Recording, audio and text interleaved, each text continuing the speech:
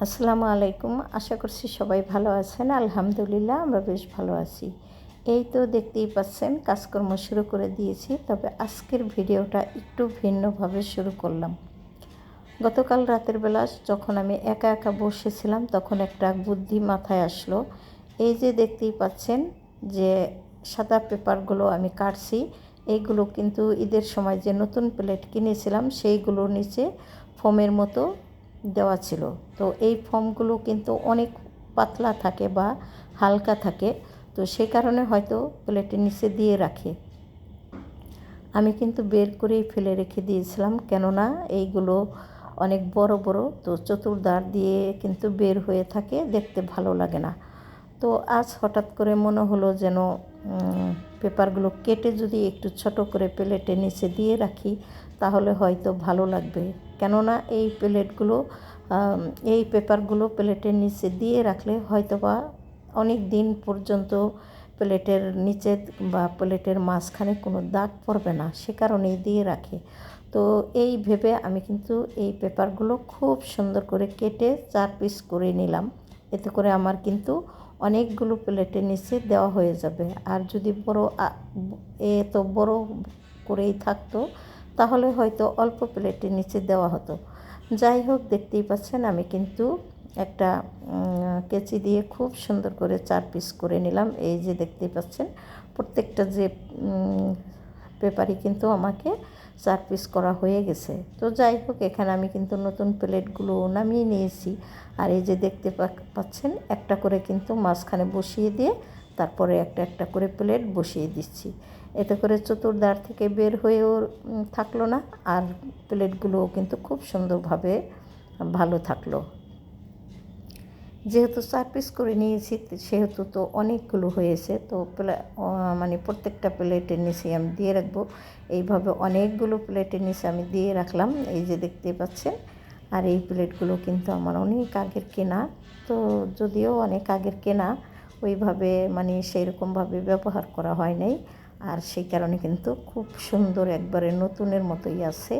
তো যখন প্রয়োজন তখন তো বের করেই নিই, আর ধুয়ে পরিষ্কার করে আবার খুব সুন্দর করে তুলেও রাখি। তো এই যে দেখতেই পাচ্ছেন আরও কয়েকটা প্লেটের নিচে কিন্তু আমি দিয়ে নিলাম। এক এক করে সমস্ত প্লেটের নিচে দিয়ে তারপরে আমি কিন্তু শুকিয়ে তুলে রাখবো। এগুলো খুব সুন্দর করে ধোয়া এবং পরিষ্কার করা শুকিজের ভিতরেই ছিল। বের করে নামিয়ে আবার আমি সুন্দর করে দিয়ে তারপরে শুকিজের ভিতরে রেখে দিলাম। তো তারপরে তো রাত শেষ হয়ে গেল, রাতের খাওয়া দাওয়া শেষ, ঘুম শেষ। এই তো চলে আসলাম পরের দিন সকালবেলা তাড়াহুড়ো করে কি আর করব, একদম একটুখানি নাস্তা তৈরি করে নিলাম। তো দেখতেই পাচ্ছেন কি নাস্তা তৈরি করছি। এখানে খিচুড়ি খেতে ছেলেরা ভীষণ পছন্দ করে, তো সেই কারণে আমি কিন্তু বেশিরভাগ সময় সকালবেলাটা খিচুড়ি খেয়ে থাকি। আর যেহেতু প্রচণ্ড গরম পড়েছিল বেশ কতদিন, ওই কয়েকদিন আমি মনে হয় একটু মানে ঠান্ডা ভাতটা খেতেই বেশি পছন্দ বা রেখেছিলাম খাবারের তালিকায়। তো যাই হোক, এখানে আমি যেহেতু খিচুড়ি তৈরি করছি আর 2-3 পিস চিকেন ম্যারিনেট করা ছিল, ভাবলাম ডিম প্রত্যেক দিন না দিয়ে গরমের ভিতরে একটু চিকেনটা ভাজা করে দিই, তাহলে হয়তো ছেলেদের একটু খেতে ভালো লাগবে।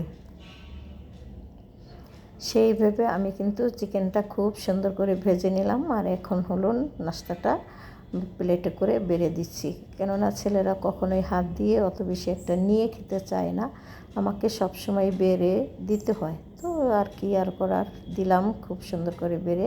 এখন ছেলে হলো খাওয়া দাওয়া করে চলে যাবে বাইরে। যাই হোক, তারপরে যেহেতু রান্না শুরু করেছি আমি কিন্তু আজকে একসাথে একেবারে দুপুরের রান্না শেষ করে তারপরে বাদবাকি কাজ করব।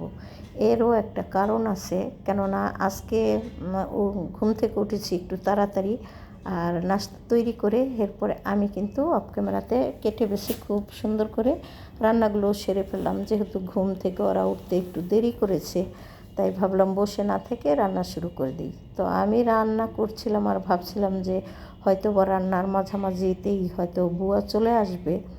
তো কিন্তু না, বুয়া আজকে এত দেরি করেছে যে কি আর বলার, ভেবেছিলাম যে আসবেই না।